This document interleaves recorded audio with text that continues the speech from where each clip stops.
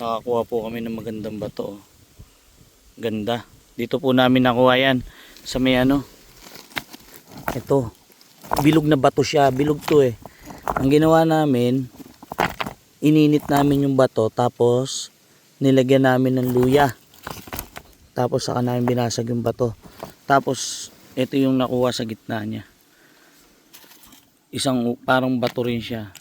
Pero iba yung itsura niya. Pero ito lang ang ganda na eh. Ito po oh.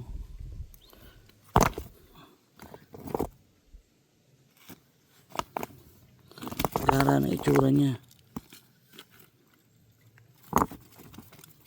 Hindi kaya meron pa to? Meron pa siguro to. Ito po. Ayun o, sinunog, ininit. Mainit-init na po.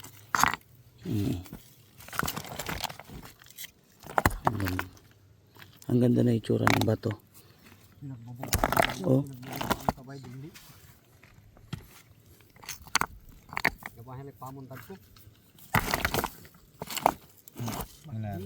Ah? Matigas po talaga. Pag surugin mo, naglagay mo lang Oh. Kailangan dyan may luya. Luya, tapos sunog, tapos babasahin yung bato. Tapos saka, ayan, ano. Ang style po, hindi kaya yan hard. Kailangan dyan initin. Tapos lagyan ng luya sa ibabaw. Tapos saka basahin. Tapos saka, ano, para mabilis mabasag. Ayan po. Alam nyo po ba kung ano to? Ayan, meron po bang halaga to? Kasi bibenta namin sa inyo. Oh, sa mga gustong bumili. Oh, ayan siya. Oh.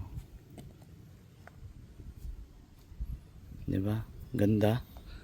Bato lang siya pero umiilaw, tagos yung ilaw, no? Oo. Galing, oh, ganda. Tapos pag walang ano, ilaw, ganito siya. Ang itsura niya. Ganyan ang itsura niya. Pero meron pa rin po siya dito. Oo, ang galing eh. Oh. Ayun. Parang ano lang po siya. Ang itsura po niya, bato talaga siya. Tapos matigas. Kahit pukpukin niyo siya, ang tigas-tigas. Oh, ang ganda, 'di ba? Alam niyo po ba kung ano 'to? Ito po yung pinagkunan niya.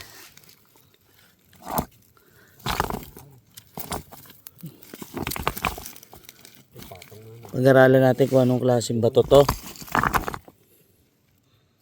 Oh, grabe. Iba yung pagkaano niya eh.